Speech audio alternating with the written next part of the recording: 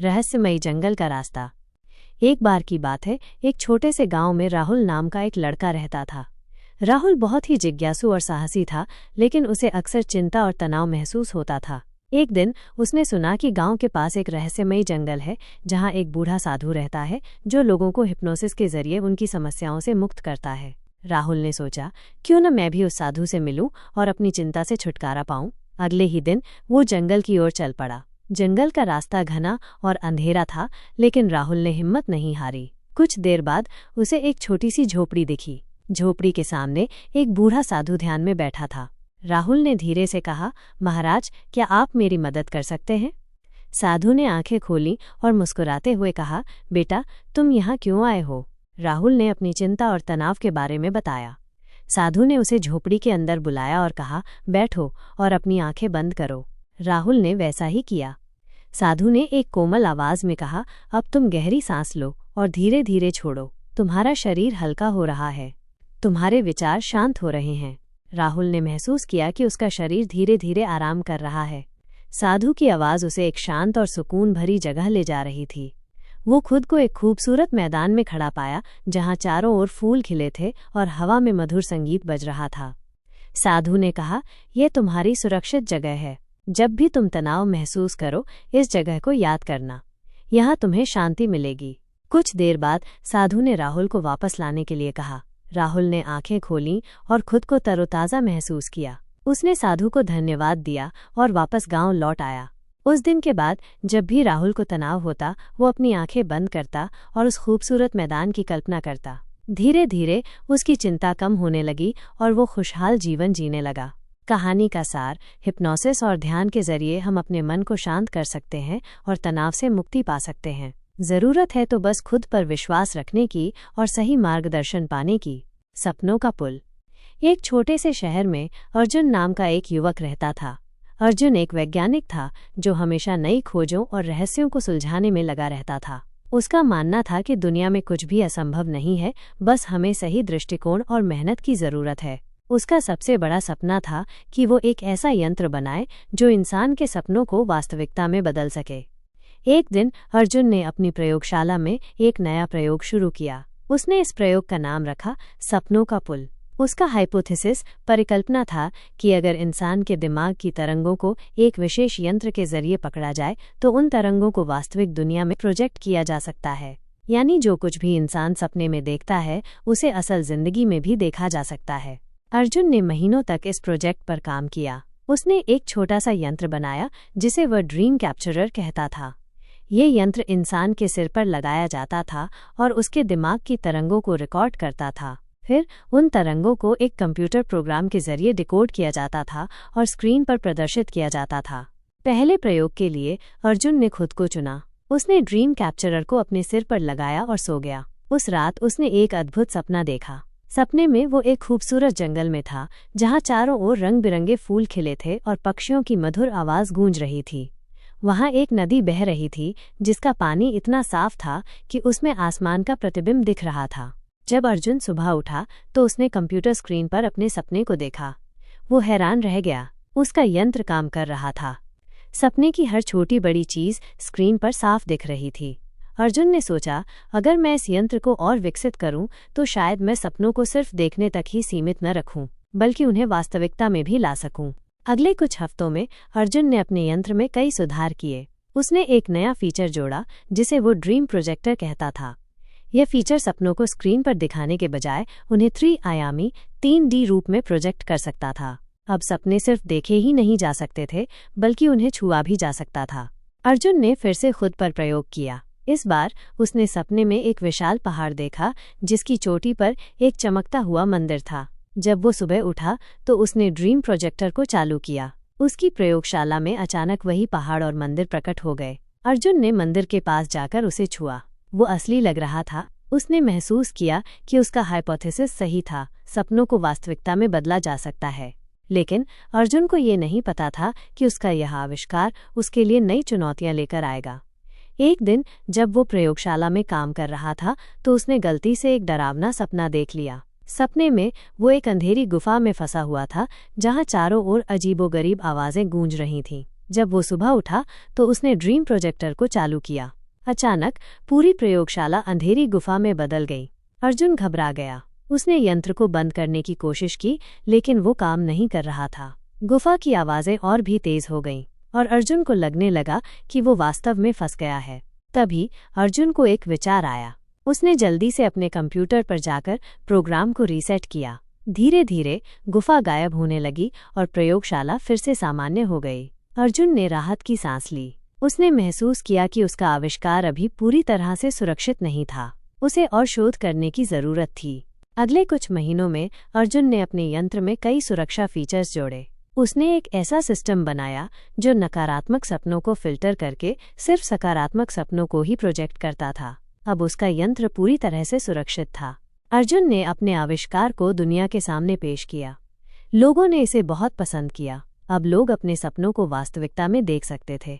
कलाकारों ने इस यंत्र का उपयोग करके अद्भुत कलाकृतियां बनाई और वैज्ञानिकों ने इसके जरिए नई खोजें की। अर्जुन का हाइपोथेसिस सही साबित हुआ था। उसने साबित कर दिया कि अगर हम अपने सपनों पर विश्वास रखें और उन्हें पूरा करने के लिए मेहनत करें तो कुछ भी असंभव नहीं है। उसका सपनों का पुल न सिर्फ एक यंत्र था, बल्कि एक सपने को सच करने की प्रेरणा भी था। कहानी का सार: ये कहानी हमें सिखाती है कि हाइपोथेसिस, परिकल्पना और सपने हमारी सोच से कहीं बड़े होते हैं। अगर हम उन पर विश्वास रखें और उन्हें पूरा करने के लिए मेहनत करें तो हम असंभव को भी संभव बना सकते हैं। सपने सिर्फ हमारे मन में नहीं रहने चाहिए, बल्कि उन्हें वास्तविकता में बदलने की कोशिश करनी चाहिए। ये कहानी है एक छोटे से गांव की, जहां एक युवक रहता था जिसका नाम राजू था। राजू एक साधारण परिवार से ताल्लुक रखता था। उसके पिता एक किसान थे और मां घर का काम संभालती थी। राजू के परिवार की आर्थिक स्थिति ठीक नहीं थी, लेकिन उनके मन में बड़े सपने थे। राजू हमेशा से पढ़ाई में तेज था और उसका सपना था कि वो एक दिन बड़ा आदमी बने और अपने परिवार की स्थिति सुधारे। राजू ने अपनी स्कूली पढ़ाई गांव के सरकारी स्कूल से पूरी की। वो हमेशा क्लास में टॉप करता था और उसके शिक्षक उसकी मेहनत और लगन की तारीफ करते थे। लेकिन जब राजू ने हाई स्कूल पास किया तो उसके सामने एक बड़ी चुनौती आई। उसके पिता ने उससे कहा, बेटा, हमारे पास इतने पैसे नहीं हैं कि तुम्हें आगे की पढ़ाई के लिए शहर भेज सकें। तुम्हें यहीं रहकर खेती में हाथ बटाना होगा। राजू को ये सुनकर बहुत दुख हुआ, लेकिन उसने हार नहीं मानी। उसने अपने पिता से कहा, पिताजी, मैं समझता हूँ कि हमारी स्थिति ठीक नहीं है, लेकिन मैं पढ़ाई जारी रखना चाहता हूँ। मैं दिन में खेती का काम करूँगा और रात को पढ़ाई करूँगा। मैं अपने सपने को पूरा करने के लिए कुछ भी कर सकता हूँ। राजू के पिता ने उसकी बात सुनी और उसे आशीर्वाद दिया। राजू ने अपने वादे को पूरा किया। वो सुबह जल्दी उठकर खेत में काम करता और रात को थकान के बावजूद पढ़ाई करता। उसके पास कोचिंग या ट्यूशन के लिए पैसे नहीं थे, लेकिन उसने अपनी मेहनत और लगन से पढ़ाई जारी रखी। एक दिन राजू को पता चला कि शहर में एक प्रतियोगिता होने वाली है जिसमें टॉप करने वाले छात्र को स्कॉलरशिप मिलेगी। राजू ने इस प्रतियोगिता में भाग लेने का फैसला किया। उसने अपनी पूरी ताकत लगा दी और दिन रात मेहनत की। प्रतियोगिता के दिन राजू ने अपना सर्वश्रेष्ठ प्रदर्शन किया और टॉप किया। उसे स्कॉलरशिप मिली और उसकी पढ़ाई का खर्चा उठाने में मदद मिली। राजू ने अपनी पढ़ाई जारी रखी और कॉलेज में दाखिला लिया। वो अब शहर में रहकर पढ़ाई कर रहा था। उसने अपने सपने को पूरा करने के लिए और भी मेहनत की। उसने कॉलेज में भी टॉप किया और नौकरी के लिए चुना गया। राजू ने एक अच्छी कंपनी में नौकरी पाई और अपने परिवार की स्थिति सुधारी। राजू की कहानी हमें सिखाती है कि अगर हम अपने सपनों को पूरा करने के लिए मेहनत करें और हार न मानें तो हम कुछ भी हासिल कर सकते हैं। चाहे परिस्थितियां कितनी भी कठिन क्यों न हो, अगर हम अपने लक्ष्य पर ध्यान केंद्रित करें और मेहनत करें तो सफलता हमारे कदम चूमेगी। यह कहानी है एक गरीब लड़के की जिसने अपनी मेहनत और लगन से अपने सपनों को साकार किया। इस कहानी का नाम है तारांकन। तारांकन, संघर्ष से सफलता।